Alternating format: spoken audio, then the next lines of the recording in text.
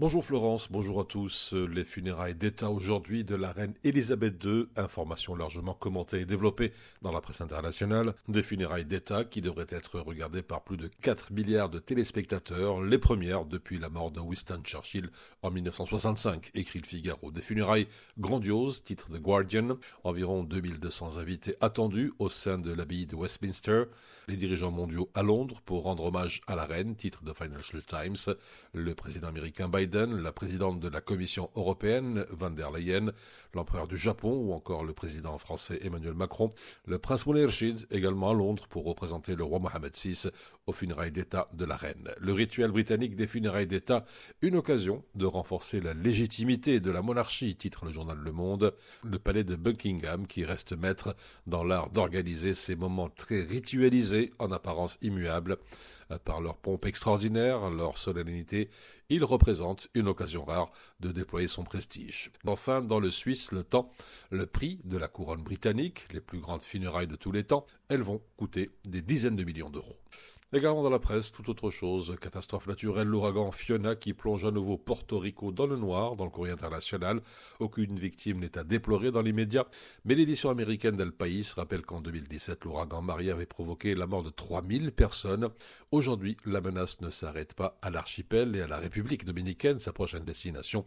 L'ouragan devrait continuer à se renforcer et se dirige en ce moment vers les Bahamas et les Bermudes, rapportent les médias américains. Chaque année qui passe, le lien entre les ouragans et le changement climatique deviennent plus évidents, remarque le New York Times. Les statistiques montrent que les ouragans sont devenus plus puissants dans le monde entier sur les 40 dernières années. Et à présent, la revue de presse maghrébine sur instruction de roi Mohamed VI, Aziz Akhnouch à New York, demain mardi pour le débat général de l'Assemblée de l'ONU, un titre que l'on retrouve à la une du matin ou encore dans Aujourd'hui le Maroc et dans Express. Le chef du gouvernement à la tête d'une importante délégation, parmi laquelle figurera le chef de la diplomatie marocaine, Nasser Bourita, pour participer donc au débat général annuel de la 77e session de l'Assemblée générale des Nations unies sous le thème Un tournant décisif, les solutions transformatrices à des défis interconnectés.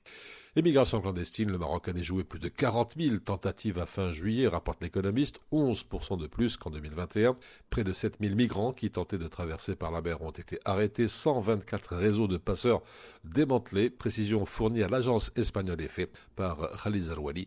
Le Wali est directeur de la migration et de la surveillance des frontières au ministère de l'Intérieur. Tunisie, Rachid Rannouchi, Ali Larid devant la justice, titre Tunisie Webdo. Les deux leaders d'Ennahda vont comparaître aujourd'hui devant la brigade de lutte contre le terrorisme dans le cadre de l'affaire d'envoi de jeunes Tunisiens dans des lieux de tension.